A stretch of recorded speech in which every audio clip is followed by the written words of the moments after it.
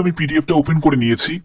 তো তোমাদের যে গ্রাম পঞ্চায়েতে যে নিয়োগটি করা হচ্ছে এটির জন্য তোমাদের আবেদন শুরু হয়েছে, সেটি 8ই ফেব্রুয়ারি অর্থাৎ আজকের ডেট থেকে কিন্তু আবেদন শুরু হয়েছে। এখানে সম্পূর্ণ কিন্তু অফলাইন মোডে কিন্তু আবেদন করতে হবে, অর্থাৎ কোনো রকম কিন্তু অনলাইন মোডের কিন্তু অপশন নেই। বুঝতে পারছো? তো এখানে দেখো closing date for submission of online application, offline অ্যাপ্লিকেশনে তোমাদের আবেদনপত্র জমা দেওয়ার যে লাস্ট ডেট সেটি হচ্ছে 20 ফেব্রুয়ারি। এখানে তোমাদের বিকেল 4টের মধ্যে কিন্তু আবেদনপত্র জমা করতে হবে। তো সম্পূর্ণ বিস্তারিত তথ্য এই ভিডিওর মাধ্যমে তোমরা জানতে পারবে। ওয়াক ইন ইন্টারভিউ অর্থাৎ তোমরা 20 তারিখে আবেদনপত্র জমা দেবে এবং তোমাদের ইন্টারভিউটা হবে হচ্ছে 23 তারিখে। এখানে সিলেকশন প্রসিডিওরের ক্ষেত্রে বলে দিই, এখানে কোনো রকম কিন্তু রিটেন এক্সাম কিন্তু হবে না, তোমাদের জন্য শুধুমাত্র ইন্টারভিউ কিন্তু থাকছে। এখানে সকাল 11টার সময় ইন্টারভিউ হবে এবং তোমাদের রিপোর্টিং টাইম ফর ইন্টারভিউ সেটি হচ্ছে সকাল 9টার সময় কিন্তু তোমাদের উপস্থিত হয়ে যেতে হবে ইন্টারভিউ এর জন্য। তো এখানে দেখো তোমাদের ভেন্যু অফ ইন্টারভিউ, কোথায় ইন্টারভিউ হবে, সেই ইন্টারভিউ এর স্থান হচ্ছে বালুরঘাট বিডিও অফিস। এই বালুরঘাট বিডিও অফিসে তোমাদের এই ইন্টারভিউটা অর্গানাইজ করা হচ্ছে। ঠিক আছে, আচ্ছা। তো এবার দেখো তোমাদের অ্যাপ্লিকেশন ফর্মটা তোমরা কিভাবে ফিল আপ করবে সেই ব্যাপারটাও তোমাদের বুঝিয়ে দিচ্ছি। তো এখানে তোমরা দেখতে পাচ্ছ যে একটি অ্যাপ্লিকেশন ফর্ম আছে। তো এই অ্যাপ্লিকেশন ফর্মটা ফিল আপ করার আগে কিছু প্রয়োজনীয় যেসব ডকুমেন্টস তোমাদের মানে রেডি রাখতে হবে সেগুলো তোমাদের বুঝিয়ে দিচ্ছি, এগুলো ভালো করে বুঝে নাও। কোনো একটি ডকুমেন্টস যদি তোমরা মিস করে যাও তাহলে কিন্তু তোমাদের সেখানেই কিন্তু ক্যান্ডিডেচার বাতিল করে দেওয়া হবে। এই ব্যাপারটা কিন্তু ক্লিয়ার ভাবে কিন্তু নোটিফিকেশনে মেনশন আছে, তো সেই ব্যাপারটা কিন্তু ভালো করে বুঝে নাও। দেখো প্রথমে সেটি হচ্ছে একটি পাসপোর্ট সাইজের ফটোগ্রাফ।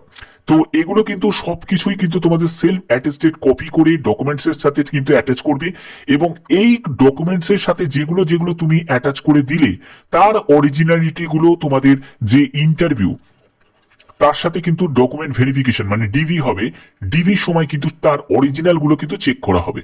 ঠিক আছে, তো দেখো যেগুলো তুমি দিচ্ছ সেগুলো হচ্ছে পাসপোর্ট ফটোগ্রাফ দিচ্ছ, তো এখানে ইয়েস বলে লিখে দেবে। তারপরে হচ্ছে copy of voter ID card, তো এখানে লিখতে হবে ইয়েস বলে লিখে দেবে।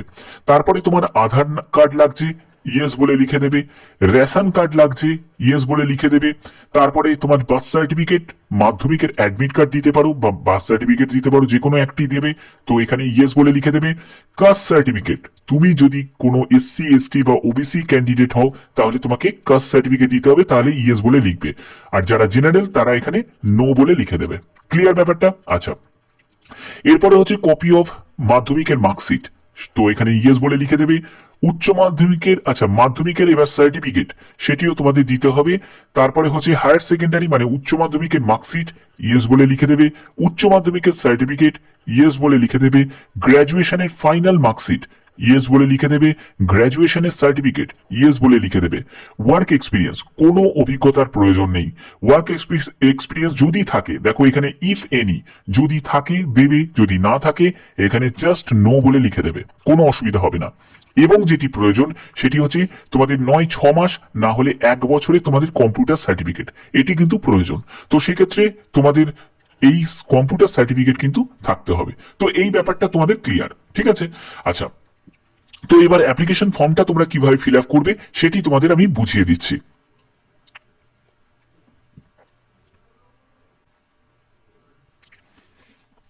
তো এখানে তোমরা দেখতে পাচ্ছ যে এখানে তোমরা দেখতে পাচ্ছ যে একটি অ্যাপ্লিকেশন ফর্ম। তো এই অ্যাপ্লিকেশন ফর্মটা ফিল আপ করার জন্য কি করতে হবে, প্রথমে তোমার নামটাকে ক্যাপিটালে লিখবে, ফাদার নেম লিখবে, মাদার নেম লিখবে এবং permanent address up to pincode পর্যন্ত দেবে। তারপরে এখানে একটি পাসপোর্ট সাইজের ছবি লাগিয়ে দেবে। এখানে রিলিজিয়ন, তুমি হিন্দু, খ্রিস্টান, মুসলিম যে রিলিজিয়নই হও না কেন, তো এখানে রিলিজিয়ন দিতে হবে। ন্যাশনালিটি ইন্ডিয়ান দিয়ে দেবে। তারপরে কি বলছে দেখো, যে ওয়েদার এ resident under Balurghat development block, তুমি কি বালুরঘাট ডেভেলপমেন্ট ব্লকের কি মানে বাসিন্দা? যদি তুমি সেখানকার লোকাল বাসিন্দা হও তো ইয়েস করবে, যদি না হও তাহলে নো করে দেবে। তারপরে হচ্ছে ওয়েদার দ্য রেসিডেন্ট ভাটপাড়া গ্রাম পঞ্চায়েত, তুমি কি ভাটপাড়া গ্রাম পঞ্চায়েতের কোনো স্থায়ী বাসিন্দা? যদি হও তাহলে ইয়েস করবে, না হলে নো করবে। তো যদি ইয়েস হও তাহলে তোমার এই জায়গাগুলো দেয়া আছে। তারপরে হচ্ছে বলছে whether the resident of Amrita Khand গ্রাম পঞ্চায়েতের যদি বাসিন্দা হও তাহলে ইয়েস করবে, না হলে তুমি নো করে দিলে। তারপরে তোমাকে ডেট অফ বার্থ দিতে হবে। তারপরে তোমার ক্যাটেগরি, তুমি কোন ক্যাটেগরি থেকে বিলং করো, জেনারেল না এসসি না এসটি না ওবিসি, তো যেটি হবে সেক্ষেত্রে টিক মার্ক দিয়ে দেবে। তারপরে হচ্ছে এডুকেশন কোয়ালিফিকেশন, মাধ্যমিক দিলে, উচ্চ মাধ্যমিক দিলে, গ্র্যাজুয়েশন দিলে, ঠিক আছে, অর্থাৎ পরপর তোমাদের এখানে দিতে হবে। এখানে পাস, কাউন্সিল, বোর্ড, মার্কস, তুমি যে মার্কসটা পেয়েছো, টোটাল যে মার্কস, তারপরে তুমি কত পার্সেন্টেজ পেয়েছো, ডিভিশন বা ক্লাস সেটিকে মেনশন করতে হবে। এনি ওয়ার্ক এক্সপিরিয়েন্স তোমার যদি থাকে দেবে, না থাকলে জাস্ট নো বলে লিখে দেবে, কোনো অসুবিধা হবে না। আচ্ছা, ওয়েদার অ্যাপ্লিকেন্ট কম্পিউটার সার্টিফিকেট, তোমার কম্পিউটার সার্টিফিকেট থাকতে হবে, তো সেই ক্ষেত্রে কম্পিউটার সার্টিফিকেট যদি দাও তাহলে এখানে ইয়েস করে লিখতে হবে। এবং এই কম্পিউটার সার্টিফিকেটটা কত বছর বা মাসে, তো এখানে বলা হচ্ছে যে 6 মান্থ। আমি আগেও বলেছি তোমাদের, যখন আগে গ্রাম পঞ্চায়েতে তোমাদের মানে রিক্রুটমেন্ট মানে বিজ্ঞপ্তি প্রকাশিত হতে চলেছে, এরকম যখন আমি ভিডিও বানিয়েছিলাম, তখন আমি তোমাদের বলেই দিয়েছিলাম যে কম্পিউটার সার্টিফিকেট কিন্তু বানিয়ে রাখার চেষ্টা করো, কম্পিউটার সার্টিফিকেট কিন্তু প্রয়োজন। তো দেখতে পাচ্ছ এখানে কমসে কম 6 মাসের কম্পিউটার সার্টিফিকেট কিন্তু লাগবে। আর যদি তোমাদের বেশিও থাকে তাহলেও কিন্তু কোনো অসুবিধা নেই। তো এখানে মিনিমাম কিন্তু 6 মান্থের একটি কম্পিউটার সার্টিফিকেট কিন্তু প্রয়োজন, ঠিক আছে। আচ্ছা, এরপর কি লাগছে, এরপর হচ্ছে তোমাদের মোবাইল নাম্বার দিবে, মেল আইডি দেবে। এরপরে কি, এই যে চেক বক্সটা দেখতে পাচ্ছ, এই চেক বক্সেও কিন্তু টিক দিয়ে দেবে। দেওয়ার পরে এখানে সই করবে, তারপরে এখানে ডেটটা দেবে এবং প্লেসটা দেবে। যে ডেটে তুমি গিয়ে জমা দিচ্ছ সেই ডেটটাই কিন্তু এখানে দেবে, এবং তুমি যে প্লেস থেকে সেই প্লেসটা কিন্তু এখানে দেবে। তো ব্যাপারটা তোমার ফর্ম ফিল আপ কমপ্লিট হয়ে গেল, ঠিক আছে।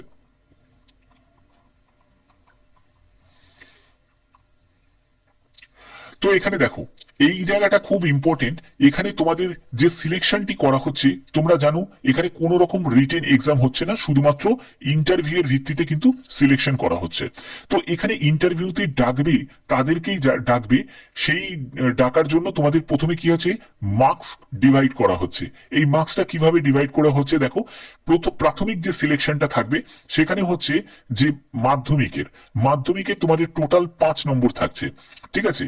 তো এখানে 5 নম্বরের মধ্যে যাদের মাধ্যমিকে 60% বা 60%-এর উপরে যাদের নাম্বার থাকবে, তারা 5-এর 5ই পাবে।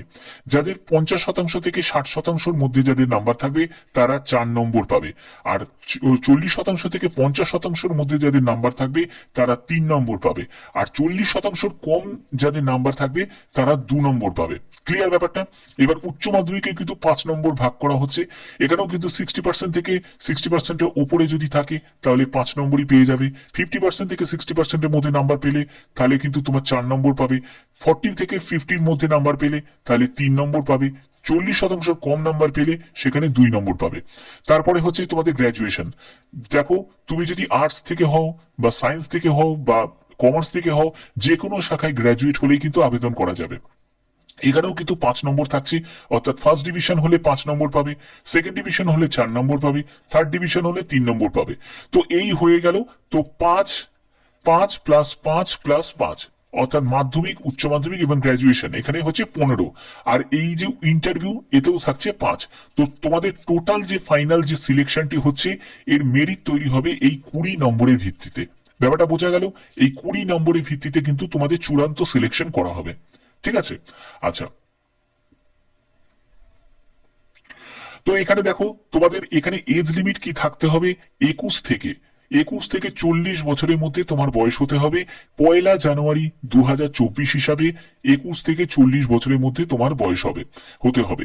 এখানে রিক্রুটমেন্ট প্রসিডিওরের ক্ষেত্রে বলাই আছে মার্কস, মাধ্যমিকের মার্কস, তারপরে উচ্চ মাধ্যমিকের মার্কস এবং গ্র্যাজুয়েশনের মার্কস, আর হচ্ছে ইন্টারভিউ এর মার্কস। তো এই সব মিলিয়ে কিন্তু তোমাদের চূড়ান্ত সিলেকশন হচ্ছে। তো তোমাদের যে পোস্টে নিয়োগ করা হচ্ছে সেই পোস্টটির নাম হচ্ছে মেল হোস্টেল সুপারিনটেন্ডেন্ট। এই পোস্টে নিয়োগ করা হচ্ছে। এখানে তোমাদের 2টি মতো ভ্যাকেন্সি আছে, তাও ইউআর ক্যাটাগরির জন্য। এখানে সম্পূর্ণ কিন্তু টেম্পোরারি কন্ট্রাকচুয়াল বেসিসে নিয়োগ করা হচ্ছে। তবে এখানে আরেকটি কথা বলা আছে, রিনিউড এভরি ইয়ার। তোমার যদি পারফরমেন্স, যদি স্যাটিসফ্যাক্টরি পারফরমেন্স যদি হয়, তাহলে কিন্তু তোমাকে কিন্তু আরো বছর কিন্তু এক্সটেন্ড করে দেবে। তো সেক্ষেত্রে হয়তো কোনো সময় গিয়ে হয়তো পার্মানেন্টও করতে পারে, তবে সেটি পরের ব্যাপার। কিন্তু এখানে যা বলা হচ্ছে যে প্রতি বছর কিন্তু রিনিউ করা হবে। তো এখানে দেখো, কোয়ালিফিকেশন হচ্ছে গ্র্যাজুয়েশন। তুমি যে কোনো শাখায় গ্র্যাজুয়েট হলেই কিন্তু আবেদন করতে পারবে। এখানে must be citizen of India, এবং দেখো এখানে দ্বিতীয় যে কন্ডিশনটা দেওয়া হয়েছে, রেসিডেন্ট অফ ভাটপাড়া গ্রাম পঞ্চায়েত। তুমি যদি ভাটপাড়া গ্রাম পঞ্চায়েতে যদি স্থায়ী বাসিন্দা হও, তাহলে কি হবে, চক্রম বিএল হাই স্কুল যে আশ্রম হোস্টেল আছে, সেই হোস্টেলে কিন্তু তোমার সুপারিনটেন্ডেন্ট পদে নিয়োগ করা হবে।